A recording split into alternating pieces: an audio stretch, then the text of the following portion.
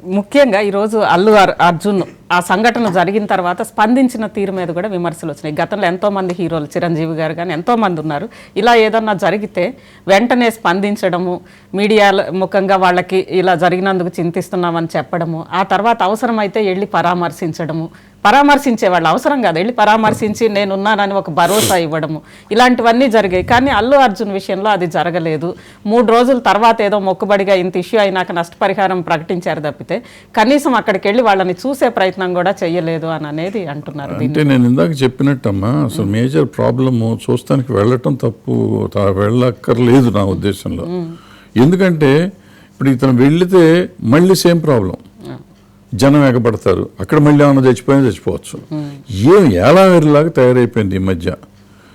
ఇప్పుడు అక్కడ నిజంగా పాపం వాళ్ళు చచ్చిపోయారని వాళ్ళని పరామర్శిస్తానికి ఈయన సిన్సియర్గా వెళ్తే, ఇది కాకుండా అక్కడ పాపం ఈయన జిందాబాదు, ఇంకో జిందాబాదు, ఆ హీరోకి జిందాబాద్ చెప్పు, ఈ హీరోకి జిందాబాద్ చెప్పు, ఈ గోల ఎక్కువ ఉంది.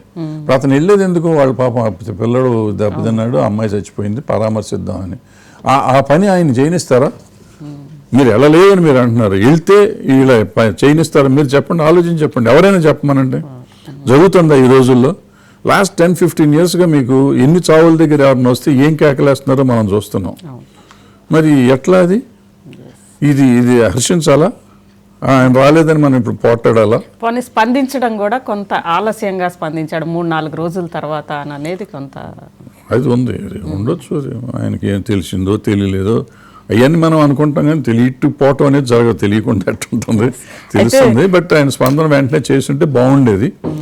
మరి ఏం ఆలోచించారో తెలియదు. అంటే మరొక మీడియాలో ఆల్రెడీ ఆయన స్పందించేశాడు, డబ్బులు ఇచ్చేసారని కూడా ఓ దాంట్లో వచ్చింది. ముందు రోజు, ఒక రోజు ముందు, మొదటి రోజే వచ్చింది. మరి అదే అబద్ధం అనుకున్నారు. తర్వాత ఆయన నిజంగా స్పందించింది, స్టేట్మెంట్గా వచ్చింది.